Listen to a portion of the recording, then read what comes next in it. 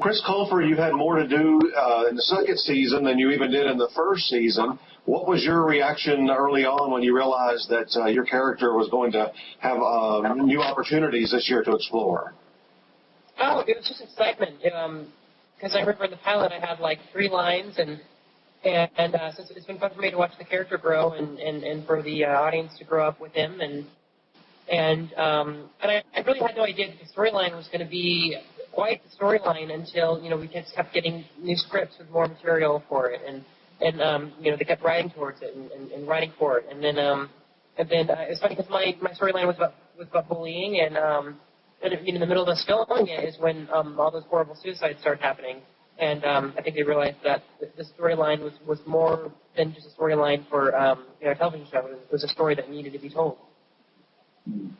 Well, Chris, that really great scene between you and the Warblers, where Darren and Chris serenades your character, got something like 22 million hits on YouTube. It's like a population of a medium-sized country. It's insane. What's your reaction to that? It was a damn good song.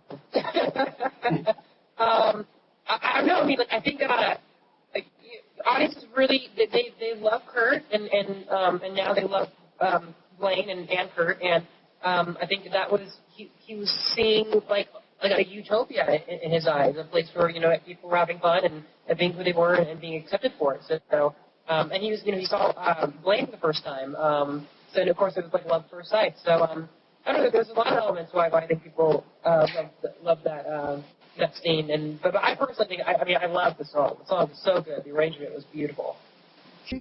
You'll be my Valentine, Valentine. Let's go all the way tonight. No regrets, just love. We can dance until we die. You and I will be young forever.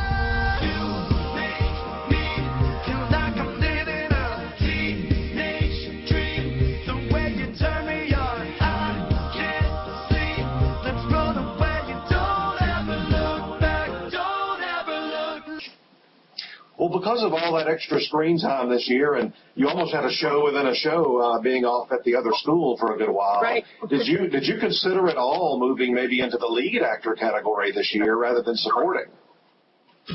I personally never considered it. It was kind of considered for me by like bloggers and fans and all that. But I don't know. I think that'd be kind of sleazy of me if I did that. I went from being supporting to which I still think I'm supporting. We're such a huge show to put myself in a lead category, in front of everyone else in the big club and all that just wouldn't seem right to me. Chris, I just want to get serious for a second. And given that this high school bullying, and especially bullying against gay teenagers, is such a hot button issue, I should say, at the moment, it's very prevalent. How do you feel like your show, and especially your character Kurt, dealt with that issue at all? How do I feel he dealt with the issue? Yeah. I think he dealt with it the best way he could, and the best way he knew how. I think one of the biggest issues with bullying is that, like, when you're in high school and you see your peers every day and you're in this crowded hallways going from class to class, you don't know who to go to, like where the help is to get help for those types of situations. So I think he did what he had to do, and he got to the point where he had to speak out, and he did, and I hope he encourages kids out there that are going through to do the same. But also, I think schools also need to let kids know that they're there for helping as much as they are there for punishing. Because I remember the counseling center at my high school was all about punishing and condemning students. There was no like, come to us if you're having a bad day or if this person is making fun of you. There was none of that. Well, to get less serious for a moment, probably one of the highlights of your life was winning the Golden Globe Award earlier this year. Tell us about that experience and tell us about that whole evening. It's been, almost 7 or 8 months since that happened, and I every day when I walk by in my house, I am floored that it's there. And of course, I have millions of pictures saved on my computer from that night with me and my cast and me holding the statue and all that. And it all just, I mean, it's crazy. I mean, I'm so young and so just started and having to work like that, it's incredible. And sometimes I cuddle with it at night and sleep with it.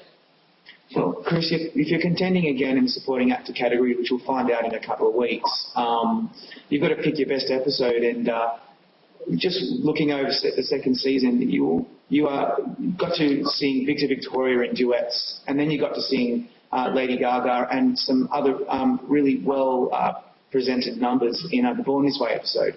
What was your highlight episode from the season? Oh God, I don't know. Because every moment was so important because it was just so different for me and for, you know, the growth of Kurt. I love singing As If We Never Said Goodbye because it's one of my favorite songs and I thought it was just perfect for that moment. I love doing Some People because I love the ridiculous big Broadway numbers that Kurt gets to do. And I don't know if I enjoyed the Born This Way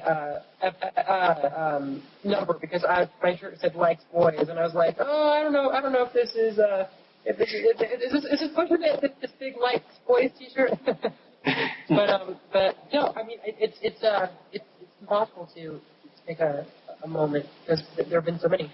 We checked with all the posters on our website, and I think the 3 episodes that got the most mentions for you were Born This Way, Prom Queen, and Duet. I don't know. I think the ones that people kind of been pushing me towards are more like a Real Jesus and Never Been Kissed, and of course Born This Way. But I don't know. I mean, if you look at all my material this season, it's been all dramatic and some serious heavy stuff. So just to get into a supporting actor in a comedy category, I think is just the goal. Let me get there first. Okay. So you're heading out for your tour now, I hear. Are you looking forward to that? Well, we're in for right now. I'm actually in my hotel room in New York, and we just finished our 30th show, I think, last night. And we're going to London tonight. So it's been a blast, actually. I always kind of regret the tours, or not regret the tours, but don't really look forward to them because I think they're going to be long and tedious, which they are to an extent. But I always have much more fun than I think I will. I just was like so many other television people get the summer off, and all of your co-stars and yourself, you have to work all summer long with tour. But I'm sure it's a lot of fun. It's a lot of fun. I'd be lying to you if I didn't say that we were all absolutely exhausted and we're tired and a lot of us are sick. I have a bad sinus infection right now, so forgive my nasal congestion. But it's a lot of fun. It's hard to think that other people on other TV shows can't have that. They can't sell out arenas and walk after that instant gratification of applause and screams and all that. So I almost kind of feel sorry for other people in shows that don't get to go on tour because it's amazing. It's amazing to go out into the world and see and witness people firsthand that you represent on the show. That's the greatest part about it. Hmm. Well, Chris, thank you so much for joining us today. We wish you and the show all the best for the Emmys this summer, and who knows, you'll probably be repeating in that supporting actor category, and we'll see what episode you finally decide to choose. Thank you so much.